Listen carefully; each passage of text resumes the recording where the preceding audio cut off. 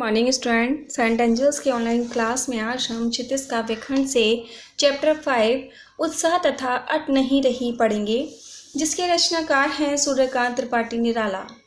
जिसमें हमने अपने लास्ट पद्यांश में आपको बताया कि सूर्यकांत त्रिपाठी निराला ने उत्साह कविता के अंतर्गत बादलों को एक ओर तो लोगों की आकांक्षा अर्थात इच्छाओं को पूरा करने वाला बताया है, तो दूसरी ओर उन्हें विध्वंस अर्थात ध्वस्त या नष्ट, विप्लव अर्थात विद्रोह और क्रांति चेतना के प्रतीक के रूप में बताया है।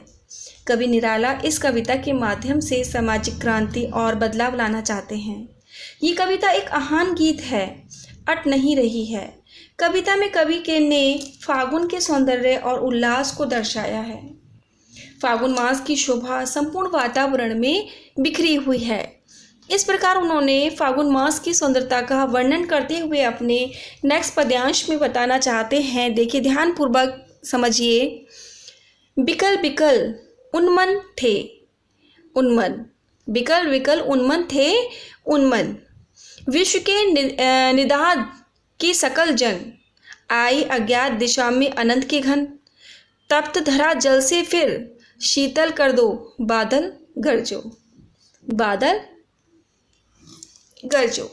तो बिकल से तात्पर्य है यहाँ पर व्याकुल और उन्मन से तात्पर्य है कहीं मन ना टिकने की स्थिति, कि कहीं मन नहीं रुकता है।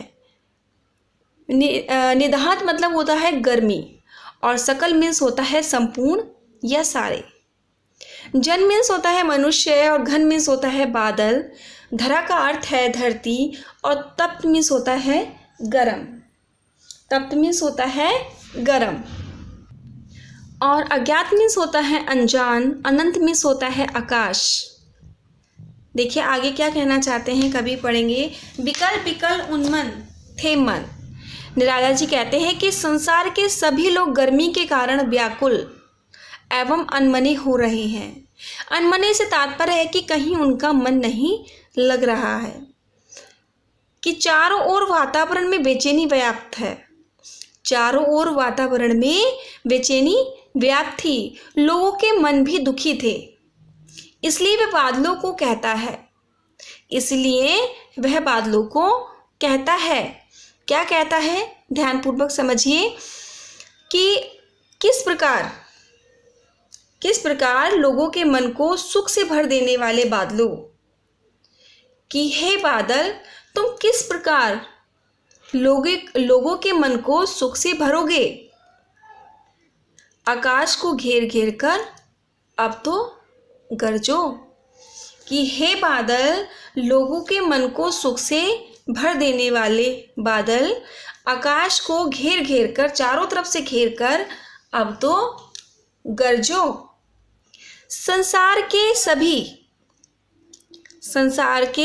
सभी प्राणी भयंकर गर्मी के कारण बेचैन हैं और उदास हो रहे हैं, बेचैन हैं और उदास हो रहे हैं। आकाश की अनजान दिशा से आए हुए घने बादलों, तुम बरसकर अज्ञात दिशा से अनंत के घन से क्या तात्पर्य है, अज्ञात दिशा से अनंत के घन से तात्पर्य है कि आकाश की अनजान दिशा से आए हुए घने बादलों, तुम बरसकर गर्मी से तपती धरती को फिर से ठंडा करके लोगों को सुखी कर दो। एक बार फिर से सुनिए कि निराला जी क्या कहना चाहते हैं यहाँ पर, कि चारों ओर वातावरण में बेचैनी व्याप्त है।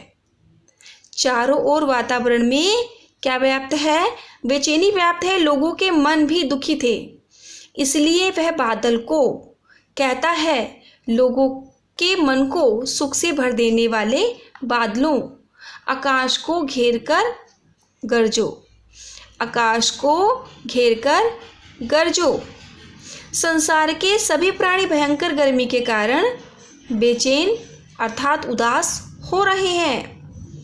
आए अज्ञात दिशा में अनंत के घन, तप्त धरा जल से फिर शीतल कर दो बादल गरजो। आकाश की अज्ञात अर्थात अनजान दिशा से आए हुए घने बादलों, तुम बरसकर गर्मी से तपती धरती को फिर से ठंडा करके लोगों को खुश कर दो। नेक्स्ट पद्यांश में देखिए क्या कहना चाहते हैं, अट नहीं रही है आभा फागुन की तन, सट नहीं रही है। अट नहीं रही है आभा फागुन की, सट नहीं रही। अट से तात्पर्य है समाना अर्थात प्रवेश करना। आभा चमक, फागुन फागुन का मास अर्थात महीना, सट मतलब स्पर्श करना। कि प्रस्तुत पद्यांश में कवि क्या कहना चाहते हैं, कविता से एक उद्धत है उत्साह, जो हमने अभी आपको बताया था। उसमें कवि ने फागुन के महीने की मादकता को चित्रित किया है। क्या कहते हैं आगे देखिए, निराला जी कहते हैं कि फागुन के महीने की मस्ती व उल्लास कहीं भी समा नहीं रही है। अर्थात आवा फागुन की, अट नहीं रही है आवा फागुन की, कि जो फागुन महीने की जो मस्ती है अर्थात जो उल्लास है वह कहीं भी समा नहीं रही है।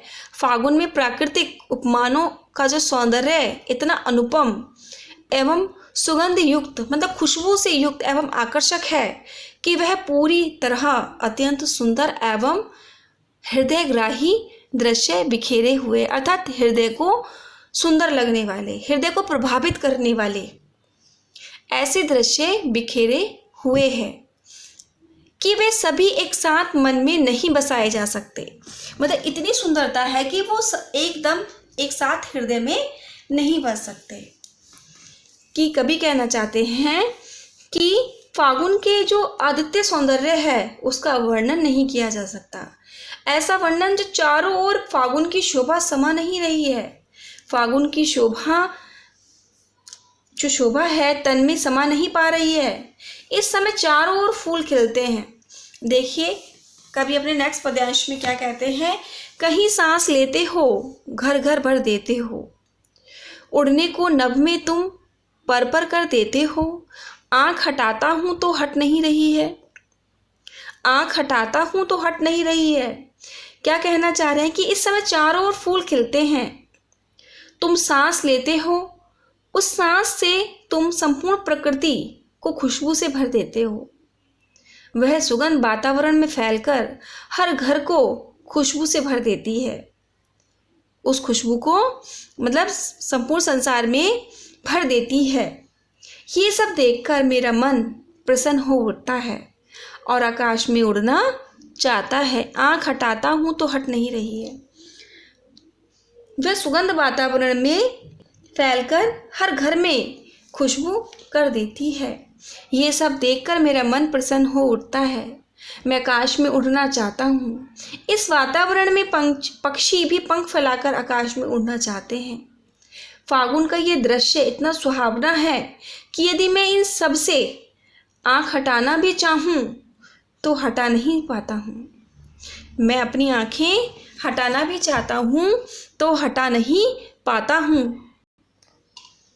पत्तों में लंबी डाल, कहीं हरी कहीं लाल, कहीं पड़ी है उर्मे मंद गंध पुष्पमाल, पाट पाट शोभा श्री पट नहीं रही है। उड़ से तात्पर्य हमने बताया आपको हृदय होता है।